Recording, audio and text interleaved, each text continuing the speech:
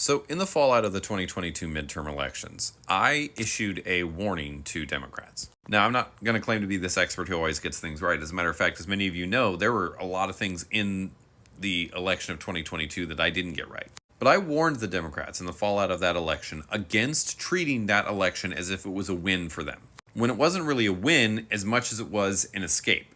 It wasn't that Democrats won in 2022. They still lost. It was simply that they didn't lose by as much as they should have lost by, given the political climate. What actually happened in that midterm in 22 is that Republicans made a series of colossally terrible mistakes that ended up leading to them massively underperforming and leading to what looked like a very good night for Democrats.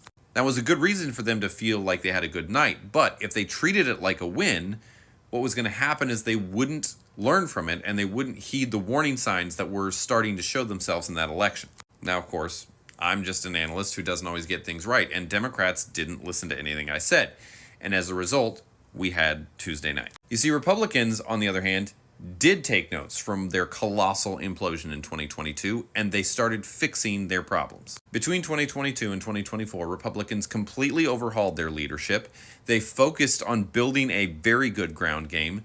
They got their people to focus on early voting and actually turned out early voters. They messaged better, they fundraised better, they got a more cohesive message across the parties better, and they picked way more likable candidates. All of those things were the reasons Republicans lost so badly or underperformed so badly in 2022. And Republicans identified almost every one of those weaknesses and fixed them going into 2024. Whereas Democrats ran the exact same race that they ran in 2022, again in 2024, and we saw what happened. Now, the takeaway here isn't that I'm so smart everyone should listen to me, although I do like to think that sometimes. The takeaway here is that in 2022, the cracks were already starting to show in the Democratic Party's national platform, and they should have addressed it then, and they didn't, and that's how we got Tuesday night, which was, for all intents and purposes, a complete rejection of the Democratic Party's national platform across the board. Now, I say national platform because I don't think it was a repudiation of the Democratic Party's entire platform, and that's evidenced by the fact that Democrats are doing way better in the congressional races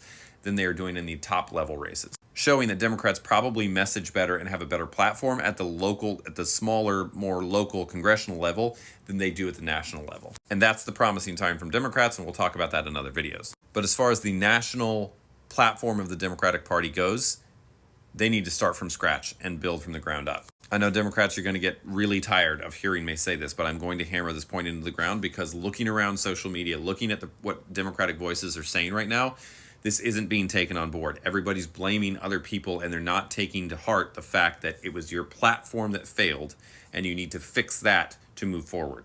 The Republican Party lost several elections in a row before it wised up to what it was doing wrong and finally fixed the problems. And now it's Democrats' turn to wise up before they get on their own losing streak.